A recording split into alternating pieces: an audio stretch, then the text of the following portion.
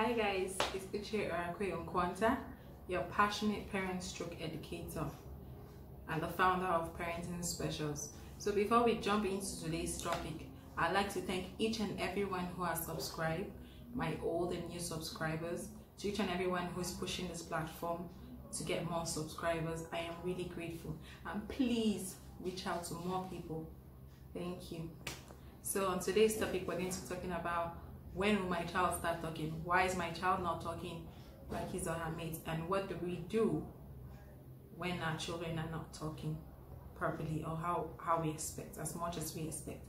So for us to understand this particular topic, we need to know the milestones and what should happen at each milestones when it comes to speech. Communication happens verbally and non-verbally. And that's fine. Children communicate different ways. Children are different and will not actually reach certain milestones at the same time. So communication actually starts as early as 6 months. So if you have a child who's about 6 months, you as a parent should start communicating to that child. They can start assimilating whatever you're telling them or whatever you're saying to them. So communication happens at 6 months as babbling. Children start to babble. They can understand the expressions and the faces you make to them, and they can reciprocate whatever you are giving, the energy you're giving to them. So by 1 year, or let's say 12 months, that child should start making sounds that you can understand what the sound is related to, like mama and dada, different sounds. Some children already start making words, that's fine. But the milestone for that particular time is actually sounds. So from 12 months we have 18 months. 18 months children should start making words and should start making about 10 to 15 words around the house, things they're actually always and often asking for. They have like water, like book, simple words, but like 10 to 15 that you can understand.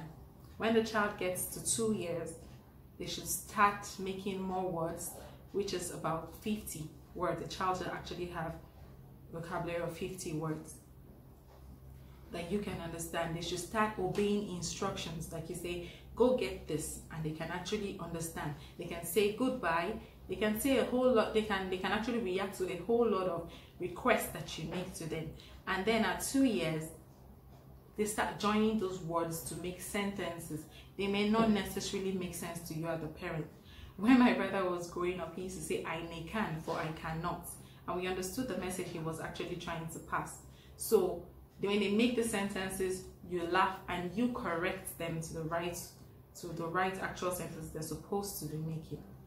When they get to 3 years, now children at 2 to 3 years, should be able to answer questions like, how are you, what is your name, what school do you attend.